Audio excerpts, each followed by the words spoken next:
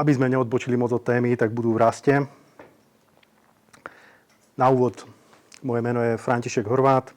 Venujem sa softwarovému vývoju už dlhé roky, konkrétne rastu 3-4 roky. Prispievam do rastovej open sourceovej komunity veľmi sporadicky. Väčšinou robím na súkromných projektoch, ale prispievam hlavne svojimi nejakými merge requestami, to znamená viac menej ako payback. Ak použijem nejakú reálnu kreitu, ktorá mi z nejakého dôvodu nevyhovuje, alebo nájdem tam bug, tak určite sa snažím posunúť nejaký PR.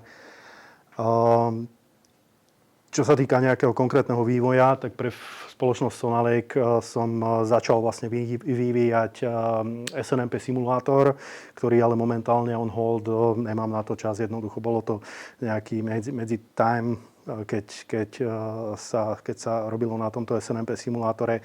Je to open source, človek by aj očakával, že tam niekto vlastne bude prispievať a žiaľ Bohu, proste je to taká téma, ktorú veľa ľudí nevyužíva, nepozná, nepoužíva.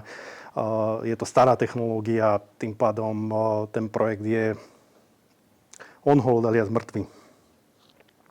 Toľko o mne. Prešiel by som k samotnej tej prezentácii, ktorá bude rozdelená na dve časti. V prvej časti si povieme viac menej o tej teórii, všetko, čo súvisí vlastne s lambda funkciami, od samotného vytvorenia lambda funkcie zo Scratchu, následne v podstate nejaký deployment, testovanie, lokálne testovanie v remote prostredí. V prvej časti budem hovoriť o tejto teórii, v druhej časti snažím sa tú teóriu skrátiť čo najmenej, proste ja nie som žiaden teoretik ani učiteľ, takže skôr sa budem venovať na tú praktickú časť. V druhej časti budeme mať nejaké demo, prejdeme si ten konkrétny kód, ukážem vám, čo s tým robím a akým spôsobom to vlastne my využívame v našich podmienkach reálnych, v reálnom svete u konkrétneho klienta. Medzi tými dvoma časťami je, ako už dobrým zvykom, dáme si nejaké občerstvenie, bude pizza. Za to samozrejme ďakujeme spoločnosti Sonalake a našim dievčatám, ktoré tu nie sú, Lenke, Simone. Kľudne sa ich pýtajte čokoľvek, sa budú tváriť, že nerozumejú, ale radi sa porozprávajú s vami. Takže kľudne do toho.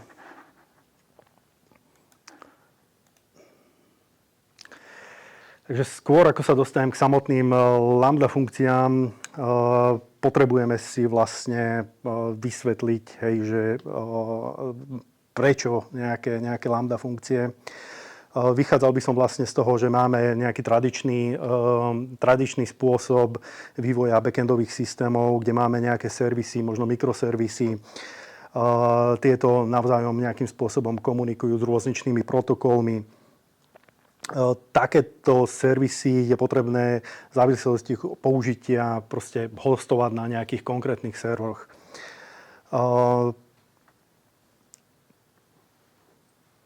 Tento hosting môže byť vlastne manažovanie týchto serverov aj so všetkými službami, prístup na internet, backup, môže byť celkom vlastne nákladná položka pre nejaké väčšie, komplexnejšie systémy. Tým pádom potrebujeme, alebo hľadali sme nejaké, predpokladám nie my, ale všeobecnosti, hľadalo sa nejaké alternatívne riešenie pre práve spoločnosti, ktoré nechcú vynakladať veľké náklady na samotné to manažovanie, aby nemuseli mať tú infraštruktúru hostovať doma, aby nemuseli platiť ľudí, ktorí práve manažujú tieto veľké množstvo serverov. Tým pádom vznikla nejaká alternatíva, voláme to serverless computing. Čo to vlastne znamená? Neznamená to, že proste nemáme servere, že už neexistujú. Neexistujú pre nás. Existujú v nejakom inom svete. My si tie servere prenajímame si vlastne ten nejaký procesorový čas, platíme za ten čas, ktorý tie ich servere využívame. Samozrejme, jedna časť nám odpadla nám tá časť tých nákladov, nemusíme kupovať, updateovať, hostovať tie servere, pripojenia a všetky tieto služby, ľudia, ktorí toto všetko manažujú. Prenajímame si to. V našom, alebo teda v prípade, ktorý budeme dneska popisovať, sú to konkrétne lambda funkcie, ktoré platíme v podstate na základe toho, koľko ich používame. Jednak máme možnosť vlastne si prenajať tú službu takým spôsobom, že máme určitý voľný program, to znamená nejaký určitý počet requestov za mesiac, za ktoré vôbec neplatíme, takže pre nejaké menšie projekty to môže byť fakt veľmi výhodné. Samozrejme, bavíme sa zatiaľ len o lambda funkciách. Celý vlastne komplexný systém nie sú len lambda funkcie, ale sú tam vlastne ďalšie služby a ono fakt ako môže sa javiť, že jedna časť akože tých nákladov sú fakt nízke, že dostaneme, ja neviem, 1 000 000 requestov na jednu lambda funkciu mesačne zadarmo. Hej? Akože to je wow, 1 000 000 requestov. No pokiaľ máme komplexný systém, kde nebeží len nejaká lambda funkcia, ale sú tam v podstate ďalšie nejaké servisy, nejaké podružné servisy, tak tá položka sa môže vlastne mesačne celkom napočítať. Napriek tomu je to stále lacnejšie, ako keby sme si to mali manažovať ako svoj vlastný server.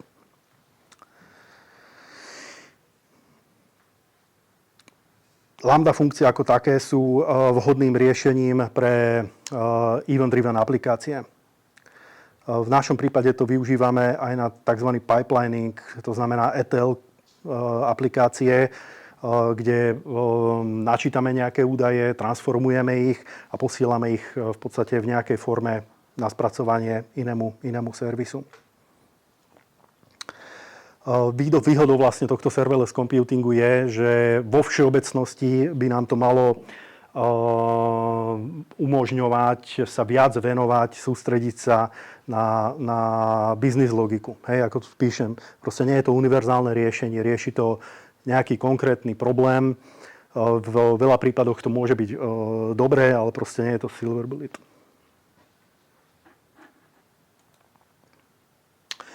AWS Lambda. Dostávam sa vlastne takýmto spôsobom k lambda funkciám. Ako definícia vraví, lambda funkcie sú jednoúčelové, opakovane použiteľné funkcie. Lambda funkcia sa spúšťa na základe nejakých externých eventov. Ona v podstate celý čas je tam deploynutá. Pokiaľ nemáte nejaký veľký nával requestov, náklady sú veľmi nízke, stále je to tam nainštalované, stále to čaká proste na nejaké vykonávanie. Ako náhle máte nejaký veľký boom, tak tá infraštruktúra zabezpečí to, že je tam nejaká škálovateľnosť, že je tam nejaký load balancing, o ktorý sa samozrejme nemusíte starať. Ako náhle to vyletí v podstate v závislosti od použitia na nejaký počet alebo proste celkovo počet tých requestov, ktoré tí lambda funkcie využijú, na základe toho proste platíte. Čo sa týka tých triggerov, tak môžeme si vlastne povedať, môže lambda funkcia byť spúšťaná na základe nejakého HTTP requestu. Môže to byť nejaký nový súbor v S3 buckete. Ako konkrétny príklad, veľmi jednoduchý, nahráte tam nejakú nejakú bitmapu, nejaký nový súbor. Vaša lambda funkcia chytí, spustí, spraví nejaké OCR-ko, do výstupu to preloží, do výstupu vám uloží výstup z toho OCR-ka. Zaujímavosťou ešte týchto AWS-kových lambda funkcií sú tzv. Step functions. Step functions sú v podstate nič iné, len zreťazené lambda funkcie a vykonávajú sa na základe nejakého preddefinovaného stavového automatu.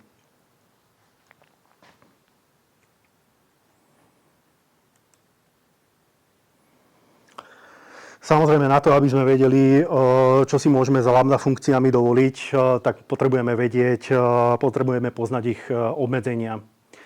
Konkrétne, keď sa bavíme o AWS-kových, dneska som vybral v podstate schválne tieto AWS-kové lambda funkcie, lebo mám s ním skúsenosti.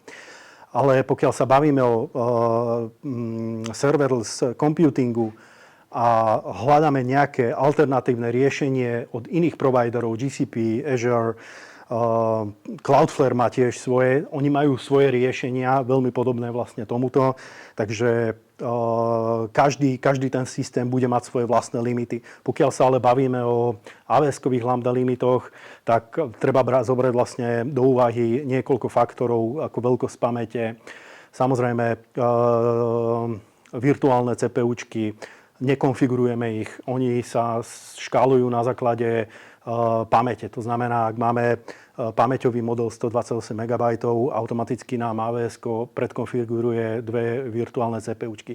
Ak sa bavíme o najvyššom 10 GB, tak to bude 6 virtuálnych jadier. Ďalšia vec, dôležitá, veľmi dôležitá,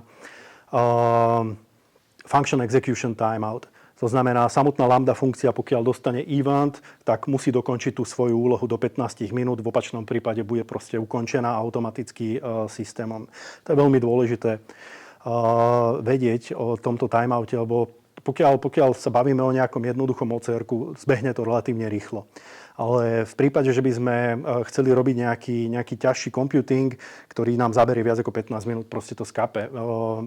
Máme k dispozícii buď ARMové alebo Intel CPUčky, nemáme k dispozícii žiadne GPU momentálne. Takže nemôžeme sa spoliehať, že budeme využívať nejaký vysoký výkon a zatiaľ, možno v budúcnosti niečo také príde. Ďalší faktor je vlastne invocation payload size. Každý ten request má nejaké data v sebe zakomponované, a či už vstupe alebo na výstupe, veľkosť tohto payloadu nie je neobmedzená. Jednoducho musíme si to uvedomiť, akým spôsobom budeme komunikovať s tým daným eventom. Ak potrebujeme preniesť nejaký väčšie množstvo dát, tak triggerneme event len nejakým menším payloadom, kde mu povieme, kde nájde ten väčší payload. To znamená, ak ja chcem triggernúť event, ktorý má spracovať nejakú bitmapu, tak v prvom rade si ju stornem na S3 a poviem danej lambda funkcii, tu máš tie svoje dáta, ktoré potrebujem od teba spracovať. Jednoducho ich mu nepošlem cez v samotnom requeste a nebudem očakávať výsledok v response. Dôležitá vec je, akým spôsobom môžeme konfigurovať samotnú tú lambda funkciu. Máme viacero možností. Jedna z najjednoduchších je environment variables. Obmedzenie je tam 4 KB. Myslím, že by to, jak sa hovorí, 600, malo by to stačiť. Hej. 4 KB. Pokiaľ s tým pracujeme rozumne, malo by to byť dosť. Deployment package size. Toto zahŕňa v podstate veľkosť binárky, ktorá reprezentuje vlastne samotnú tú lambda funkciu. Ak sa bavíme o raste, tak dokážeme dosiahnuť skutočne veľmi nízke binárky a toto obmedzenie nás nejako nebude ovplyvňovať, lebo do 50 megového zipovaného súboru sa budeme vedieť zmestiť. Pokiaľ sa bavíme o nejakých iných programovacích jazykoch, môže to byť celkom problém. Nemôžeme sa spoliehať na tom, že tam budeme mať nejaké ďalšie layere. Tie layers nám slúžia vlastne na to, aby sme mohli si zadefinovať ako keby shared nejakú binárku. To znamená, ak budem mať lambda funkciu, ktorá mám 10 lambda funkcií a z toho v podstate samotný ten binárny kód je len veľmi malá časť tej celej binárky. Ostatné je v podstate nejaký shared runtime, tak môžem to dať do jednej function layer a môžem vytvoriť a konfigurovať tú lambda funkciu tak, že tá moja binárka bude malá, ale bude vyskladaná vlastne zo všetkých týchto layers, ktoré som si predkonfiguroval. Šerujem jednoducho binárny kód. Nemusím to duplikovať, jednoducho povedané. Functional layers treba si uvedomiť, že binárka plus všetky function layers sa spočítavajú dokopy. To znamená, to obmedzenie na tých 50 mega zozipovaných je vrátanie tých function layers. Takže myslím, že 250 mega je to rozipované, proste plain data je obmedzenie asi 250 mega. Veľmi dôležitý faktor je životný cyklus lambda funkcie. Životný cyklus lambda funkcie sa skladá vlastne z nejakej inicializácie, potom tam máme invocation, na konci máme shutdown. Keď spúšťame vlastne prvýkrát tú lambda funkciu, spúšťa sa tzv. Cold startom, musia sa natiahnuť všetky extensiony, musia sa natiahnuť všetky runtimey, nainicializovať samotná funkcia. Ako si ukážeme v podstate v samotnom deme neskoršie, tak keď vytvárame, definujeme lambda funkciu, tak je rozdelená na dve časti. Má tú inicializačnú časť a potom má vlastne samotnú handler časť. Takže dôležitý, vrátim sa vlastne k tomu cold startu, veľmi dôležitý parameter.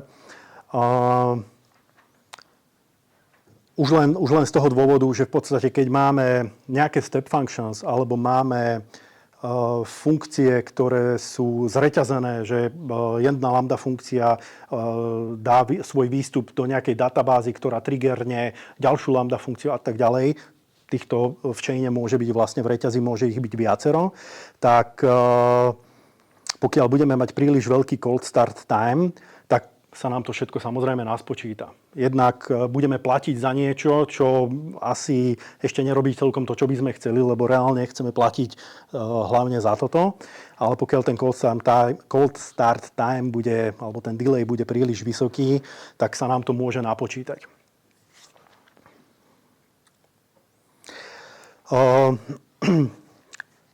Ďalšia vec, samotný ten invocation, to znamená vykonávanie alebo triggerovanie tej lambda funkcie a vykonávanie toho handlera nastáva, ako náhle proste príde nejaký trigger, tak sa vykoná tá daná funkcia. A pokiaľ sa tá funkcia vykonáva dostatočne často, poviem to tak z pamäte nebude uvoľnená, bude ju držať vlastne ten systém tak dlho, kým sa používa. Ako náhle nastane nejaký timeout, že tá funkcia sa nepoužíva dostatočne často alebo proste dlho sa nepoužila, tak sa vykoná shutdown a celá lambda funkcia sa uvoľní z pamäti. Ako náhle príde ďalší trigger, máme problém, lebo máme nejaký dlhý cold start time.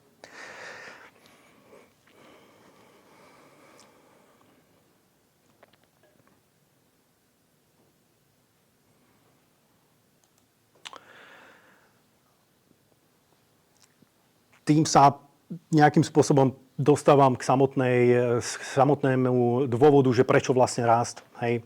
Tak jeden z tých dôvodov je práve veľmi rýchly cold start time. Nevzniká nám tam delay. Napravo vidíte nejaký graf, je to starší graf, ale myslím, že na porovnanie vám dá taký určitý prehľad, že pre ostatné jazyky aké cold start timey vlastne vznikajú. A je to problém. To znamená, ako náhle sa chceme tohto problému zbaviť, fakt bavíme sa momentálne o nejakých veľkých systémoch. To znamená, pokiaľ máte fakt jednoduchý systém, kde použijete jednu, dve lambda funkcie, napíšte to v Pythone, keď ste v Pythone dobrí a jednoducho je to pre vás jednoduchšie, spravte to proste vo svojom jazyku. Ale ako náhle máte systém, ktorý proste bude sa využívať často, je komplexný, je dobré zvážiť v podstate aj tento faktor a verím tomu, že Raz je dobrá alternatíva. Šetrí nám to náklady, jednoducho povedané. Nebavíme sa len o cold starte, ale ja zverejním tieto slajdy a tu je jedna linka, tam si môžete v podstate pozrieť vždy celkom zaujímavý projekt, ktorý porovnáva rôzne verzie, rôzne jazyky a rôzne verzie, v ktorých sú napísané nejaký základný pattern, nejaká základná lambda funkcia a porovnáva tie časy pre tieto jednotlivé jazyky, koľko je tam cold start time, koľko je execution time a viete si vlastne vybrať, aby ste mali aspoň určitý nejaký prehľad. neposlednom rade máme samotný rast, proste má svoje benefity. Všetkých poznáme, proste k tomu sa nemusím vôbec asi ani vrácať. Takže pre nás, keď sme riešili vlastne u nášho zákazníka práve tieto lambda funkcie, tak bol to jednoznačný víťaz. Samozrejme sú lambda funkcie, ktoré stále píšeme proste v raste. Stále máme problém v tom, že teda v raste, v Pythone, alebo v Pythone. Stále máme problém s tým, že nemáme dosť Rust developerov.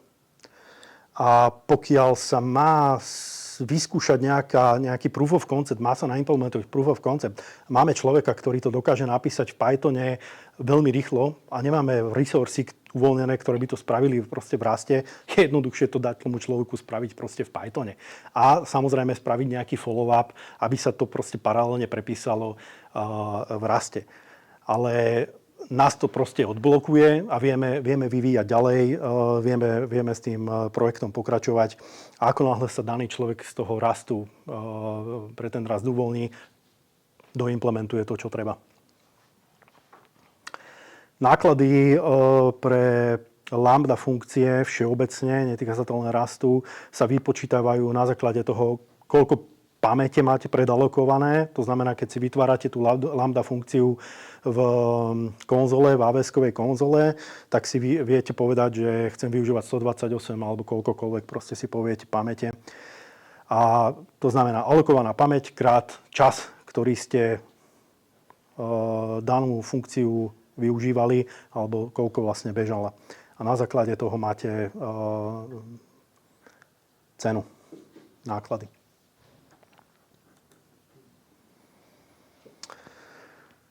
V druhej časti prezentácií si ukážeme, ako sa dá napísať vlastne lambda funkcia zo Scratchu.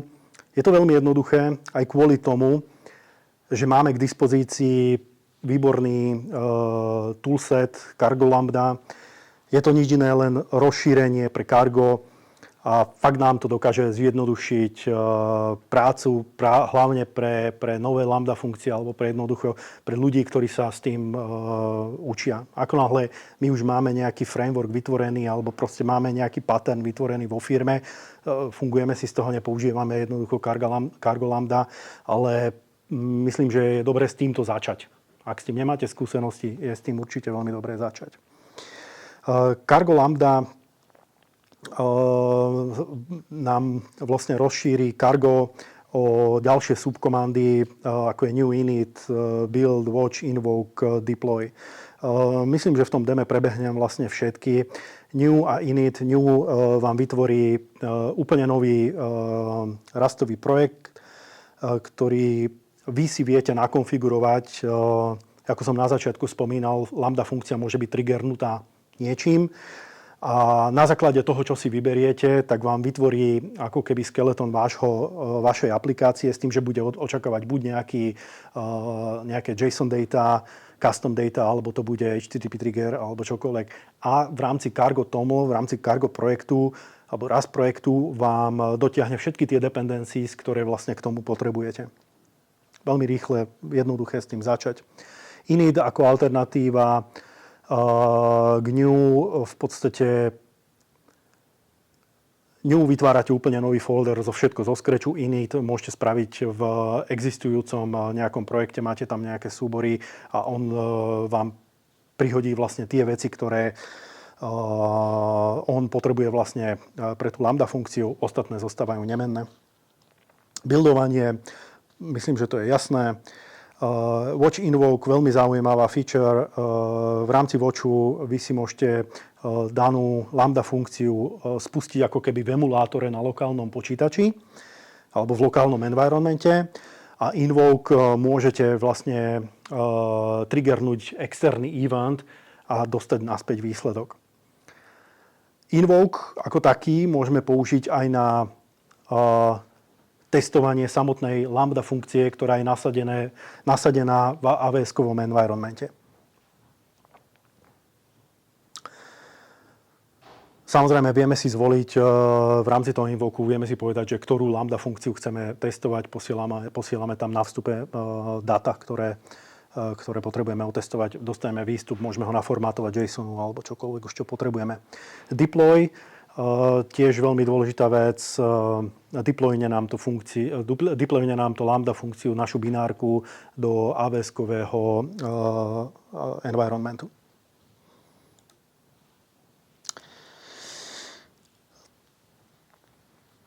Cargo Lambda je super, má v podstate deploy super subcommand. Je to fakt skvelý tool, ale je dobré ho použiť maximálne na jednu lambda funkciu, alebo fakt, pokiaľ nás to neotravuje, že to stále musíme deploynúť, keď sa to niečo zmení, tak je to fajn. Ale ako náhle máme nejaké komplexnejšie systémy, my používame Terraform. V podstate Terraform je infrastructure as a code. Terraform ako taký nám definuje alebo poskytuje súbor komponent pre rôzne cloudové systémy, ako som už spomínal, AWS, GCP, Azure, Cloudflare. A veľmi zaujímavá je GitHub, podpora GitHub Provider. Samozrejme Terraform definuje aj jednoduchý jazyk, ktorým si vieme tú infraštruktúru naprogramovať. A výhoda vlastne takéhoto spôsobu deploymentu je, že môžeme ho kedykoľvek znovu spustiť, môžeme celé shutdownúť, môžeme to celé nánovo vytvoriť, môžeme robiť inkrementálne zmeny a ten Terraform nám s týmto veľmi, veľmi dobre pomôže. Ako som spomínal, v našom prípade používame Terraform a AWS-kový provider, manažujeme si celú AWS-kovú infraštruktúru. A ako som ho spomenul, chcel by som vypichnúť práve ten GitHub provider. V našom prípade je to veľmi dôležitá súčasť a manažujeme s tým naše repozitáre. To znamená všetky prístupy, security, všetko manažujeme práve týmto Terraformovým GitHub providerom. Vo veľkej miere používame GitHub Actions a Workflows, a tie samozrejme dokážu deploynúť našu infraštruktúru priamo do AWS, do cloudu. A na to samozrejme potrebujú ten prístup k AWS-ku, takže v podstate ten prístup máme uložený v GitHub secretoch.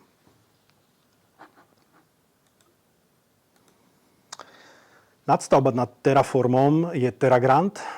Je to fakt thin wrapper nad Terraformom a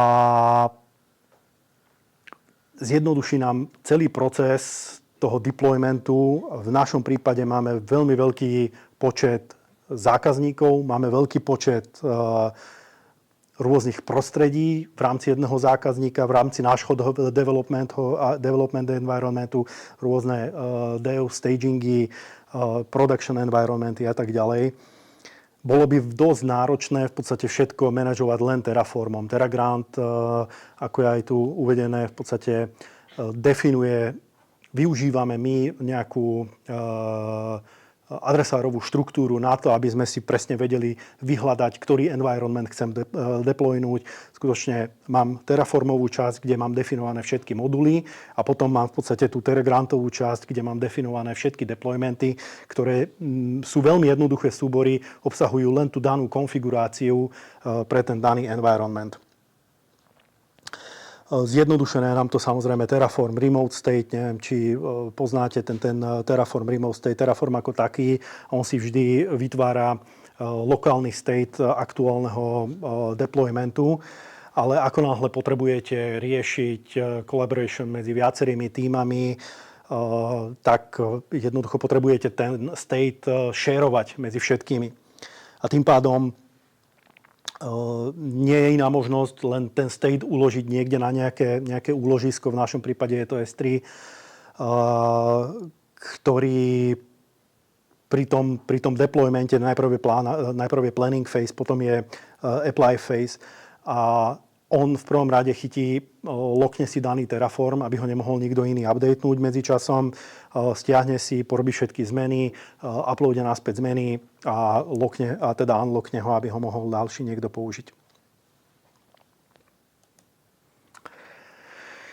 Na to, aby sme vedeli, čo sa našej lambda funkcii deje, v prípade nejakých chýb alebo už čohokoľvek, tak potrebujeme prístup k logom z jednotlivých udalostí. Monitorovaním týchto jednotlivých udalostí, logov si dokážeme vytvoriť nejaký dashboard, v ktorom budeme vidieť určité správanie toho systému. A máme v prípade vopred naprogramovaných pravidiel. To znamená, dokážeme tam odreportovať chyby, ktoré očakávame. Ale čo v prípade chýb, ktoré proste neočakávame, nevieme o nich, hej?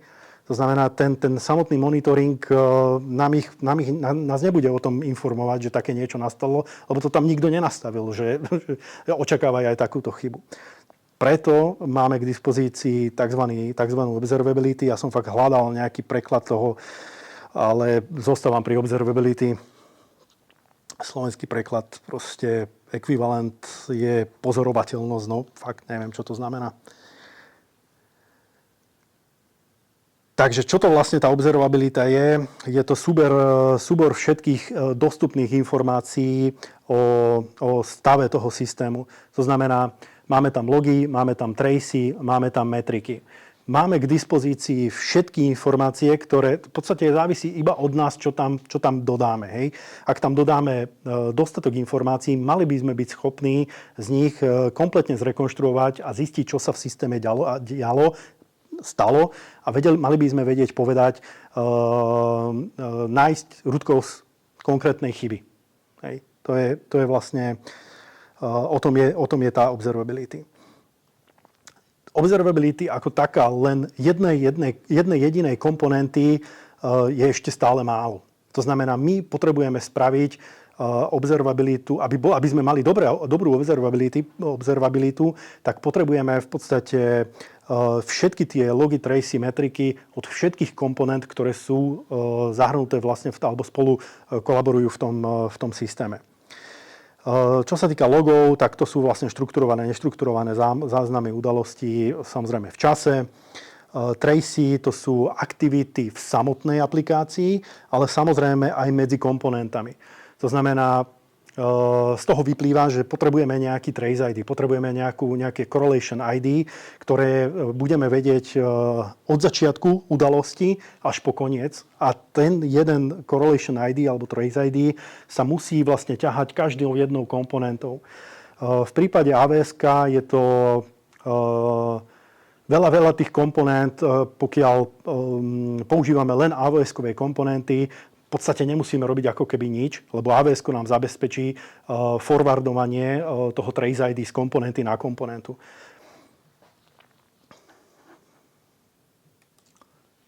A asi sme prešli 30 minút. Zastavíš mi to a pustíš na novo? Som to spravil. Ďakujem.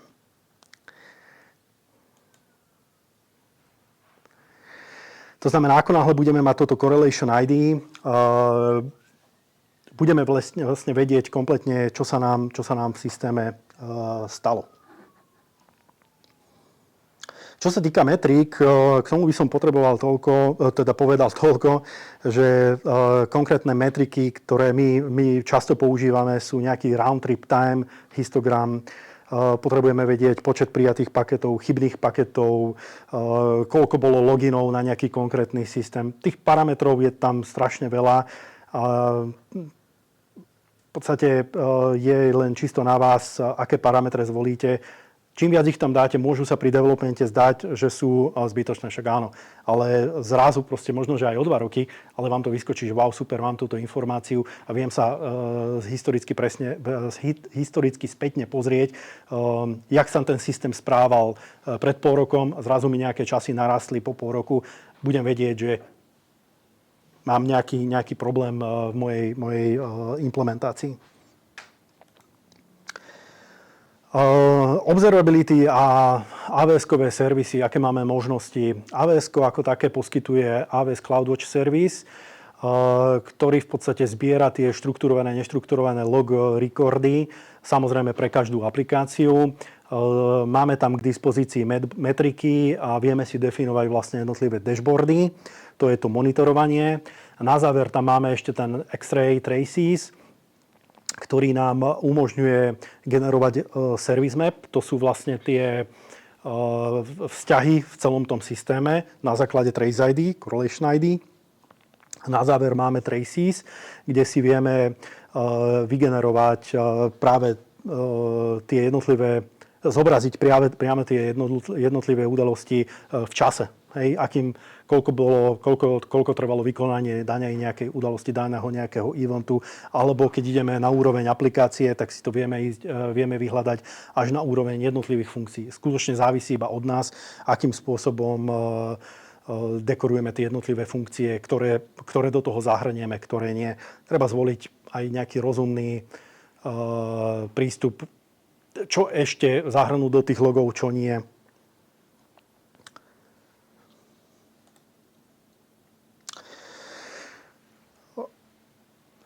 Observabilita v rámci AWS-kových services a Rust. Rust nemá jednoduchú podporu logovania priamo do AWS CloudWatchu. A takisto nepodporuje code reflection. A tým pádom nevieme spraviť nejaký automated code instrumentation, ako je napríklad k dispozícii v Java.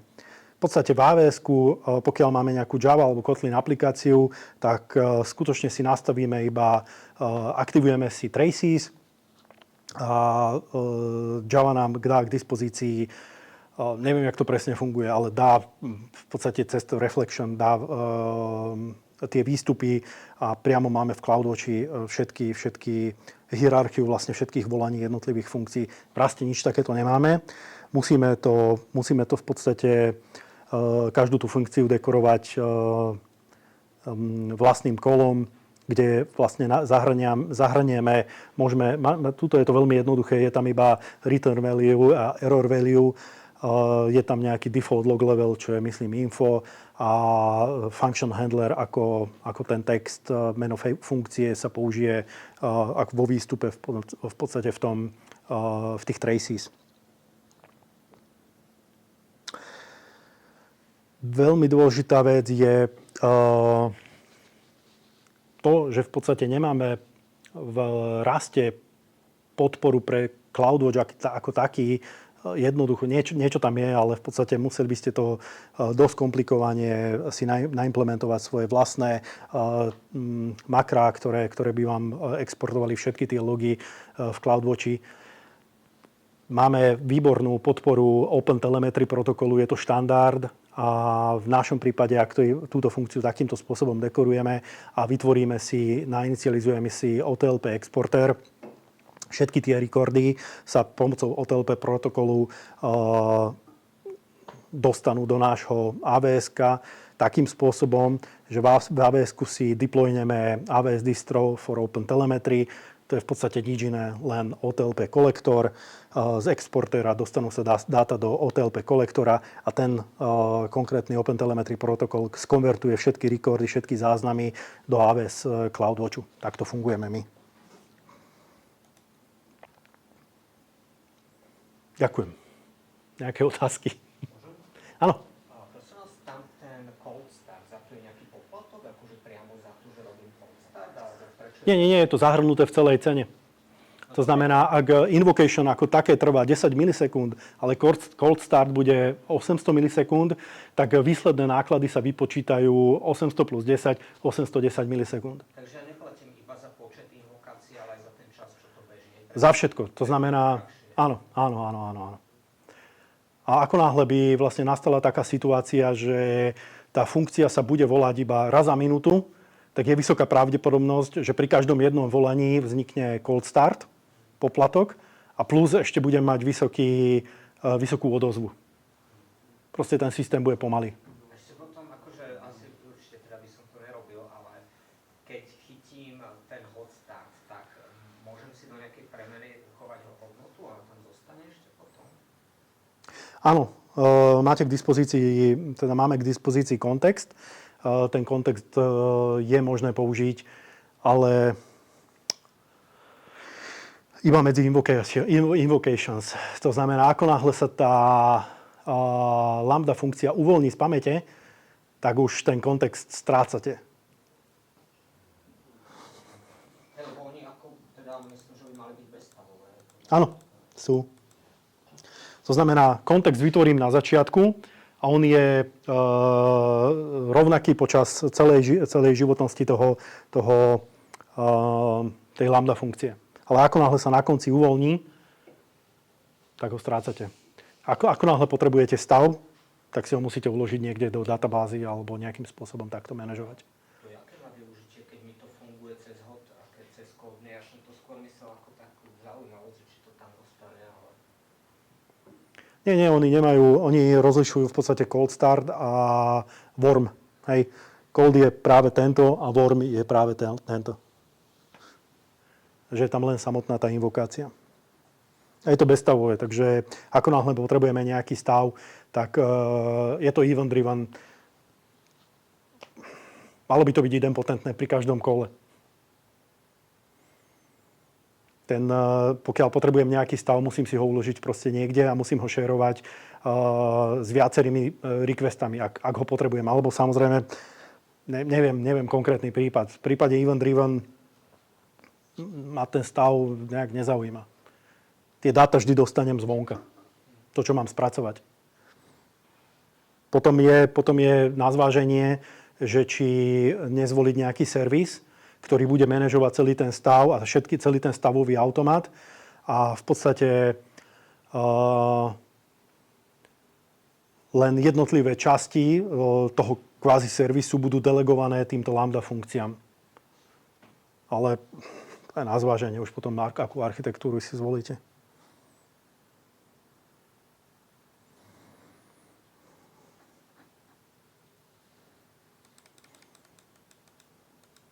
Ešte nejaké otázky? Lebo bude demo.